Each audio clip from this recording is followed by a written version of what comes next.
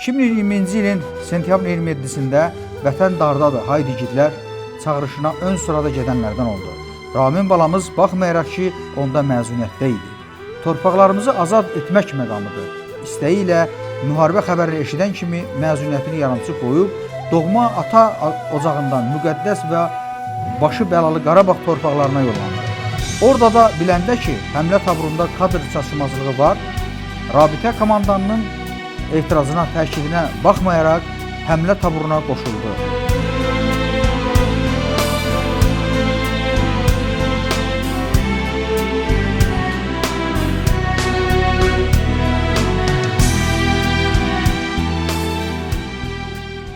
Ağsu rayonunun Çaparlı kəndindən Hüseynovlar ailəsindən iki qardaş Vətən müharibəsində əroğlu ər kimi savaşdılar. Qardaşlardan biri Ramin ölümsüzlüyün ən yüksək zirvəsinə ucaldı, şəhid oldu. O biri qardaş isə qazi kimi, qalib əskər kimi üz ağlığı ilə, baş ucalığı ilə qayıtdı savaşdan. Qüdrət atanı övlad itkisi çox yandırsa da, acıtsa da, qəddini əysə də, amma qüruru əyilmədi. Ramin balamız cənnətdə öz Dilarə anasına qovuşdu. Bu dünyada da ona 7 yaşdan analıq qayğısı göstərən Yunusə ana da digər şəhid anaları kimi yanğısı ilə danışsa da, ciyəri paralansa da qatillərə danışır. 3-cü sinifin buraxılışında taxtadan bütün bu qardaşlar, üç qardaş, üçü də taxtadan avtomat düzəldirdilər. Ancaq burada dövr eləyirdi. İnanırsınız ki, o qədər uşaq bu Ramin belə sizə bağışlı köpükləyirdi ki, ağzı ki. Deyirdim ki, Ramin, hərdən ağzını sil belə. Çörək yeməyə gəlməyi bilmirdi belə. Döyüşürdü, yəni qardaşlarla, qonşu məhəllə uşaqları ilə. Elə bil Dənizçinar bulvara getmişdik. Bir dənə şar düşdü, göydən elə belə getdik, nə tər qaçdısa, maşallah qaçırdı da yazmışaq. Gedib onu götürdü, gəldi, ona şəkli də var. Yəni ki, bitməz. Bu uşaq balaca vaxtından belə test verdi. Sonra orada şəkil çəkdirəndə ani bir vaxtda elədi, test verdi orada. Yəni ki, 2-ci sinifdə oxuyurdu hələ o. Balaca vaxtından o uşaq hələ bir dəqiqə oturmur, dayanmırdı. Fəxr eləyirdim ki, uşaq balaların hərbisidir. Amma bu 44 günlük müharibədə də qurban götürdüm ki, bu uşaq bu şəhid deyildi də mənə.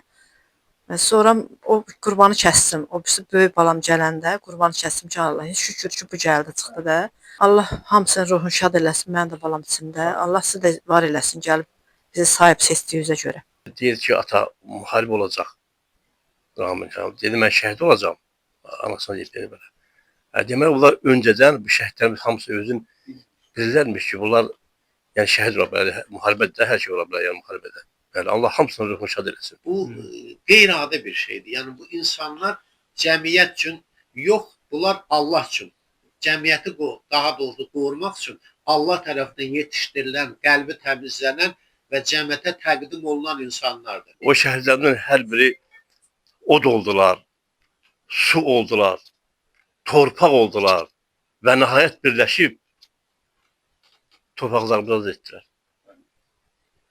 Od olsam çöllərə səpələnərdim, su olsam dənizdə ləpələnərdim, qum olsam soğulub təpələnərdim.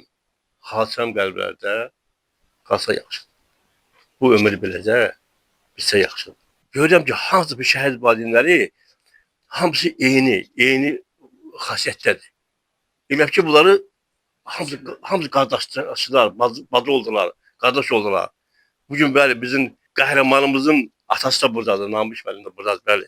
Şəhid İsrailin qəhrəmanlığı haqqında bir-iki əlavə də mən edeyim ki, şəhidin İsrailin o minanı təmizləməkdən əlavə düşmənin 2 tankının vurulmasına birbaşa iştirakçıdır və son döyüşləri onların Ağdərə istiqamətində olub və həmən ərazidə mühazirəyə düşürlər. Mühazirədən çıxmaq üçün bunlar görür ki, mümkün çətin vəziyyətdir. Aralarında sövdələşmə aparırlar ki, hansı formada buradan çıxa bilərik. Nəysə razılıq olur ki, bir nəfər qalıb burada ateşi təmin eləməlidir. Həmin onu da İsrail öz boynuna götürür və orada o qalır, ateşi təmin edir. Həmin yoldaşlar oradan çıxa bilirlər. Sonda onlar ateşi təmin edir kənardan. İsrail çıxan vaxtı İsraili snaperlə vururlar. Həmin vaxtı yoldaşların biri bunu görür, istəyir İsrailə yardım eləsin. Onu da baş nahiyəsindən snaperlə yenə vurur. Yəni bunların da son döyüşü bu olur. Qəhrəmanlıqları çoxdur, danışmaq olmur. Şəhid Ramil Balamızın da bu günləri dediyimiz kimi iki qardaşı hərbidə xidmət elədiyi kimi Şəhid İsrailin də iki qardaşı, böyük qardaşı da o da hərbidə xidmət edir. O da döyüşdə idi həmin vaxtı. Düzdür, onun sahəsi başqa sahə olduğuna görə şükür Allaha bugünkü günü salamatdır. Şəhid İsrail şəhid oldu. Qismət vermiş. Allah ruhlarını şad etsin. Baxın, Azərbaycan televiziyalarında bu dəqiqə ən dəbdə olan mövzulardan biri şəhidlərdir və ən sevilən və qəbul olunan işlərdən də biri şəhidlər barəsində çəkilən filmlərdir, video çarxlardır, müxtəlif yanaşmalardır. Yəni bu çox gözəl bir şeydir. Bu xalq yenidən özünə qayıdır. Biz vəhdətdə olanda, birlikdə olanda çox güclü oluruq və çox şükür ki, biz vəhdətə dönürük və bu dönüşümüz də həm Azərbaycan dövləti üçün, həm Azərbaycan xalqı üçün uğurlu olacaq. Vətən müharibəsinin 13-cü günündə 8 oktyabrda Raminin döyüşdüyü tabur ondan çox postu ələ keçirsə də düşmən tərəfindən güclü hücuma məruz qalırlar. Belə ki, Ramin balamız ürək nahiyəsindən yaralanır. Ramin sinəsindəki qəlpəni çıxardıb döyüşə davam etmək istəsə də, amma vəziyyət ürəkaçan olmur. Onun aldığı yaradan təcili Əhmədbəyli Hospitalına göndərməli olurlar. Amma aldığı güllə yarasından, itirdiyi çoxlu qandan onun həyatını xilas etmək mümkün olmur. Belə ki, Ramin balamız öz ölümü ilə ölümsüzlüyün ən yüksək zirvəsinə ucalır.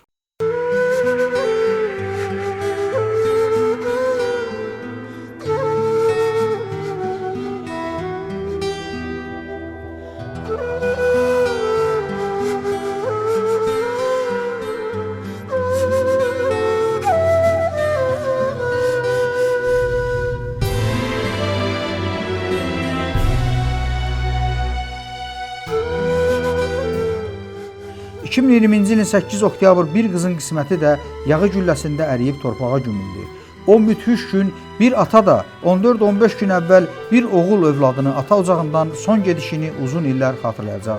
O gündən sonra 3 qardaş bir bacı da bir daha qardaş deyə onu qucaqlamayacaqlar. Ancaq ağır da olsa qürurla üç rəngli bayrağa bükülmüş bir döyüşçü, şəhid oğlu qucaqlayacaqlar.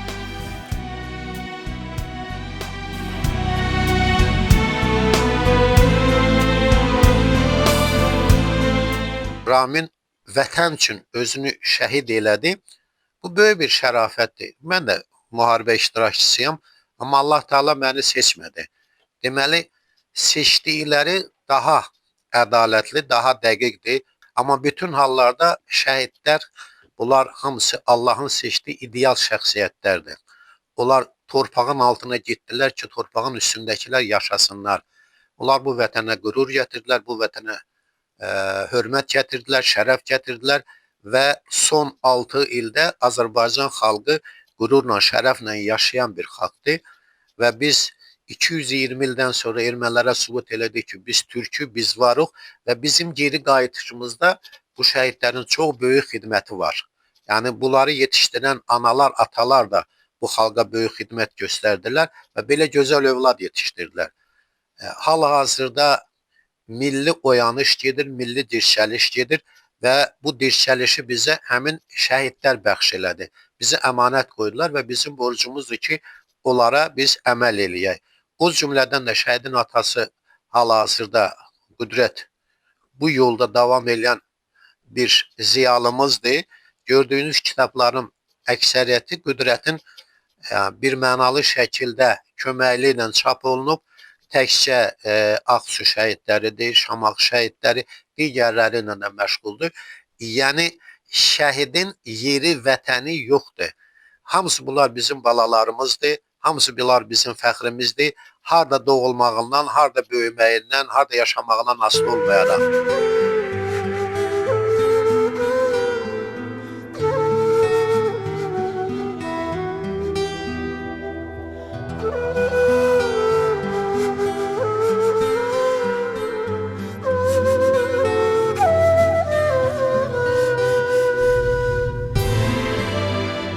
İndi isə hal-hazırda cənab prezident tərəfindən şəhidimizə verilmiş ev mənzildir.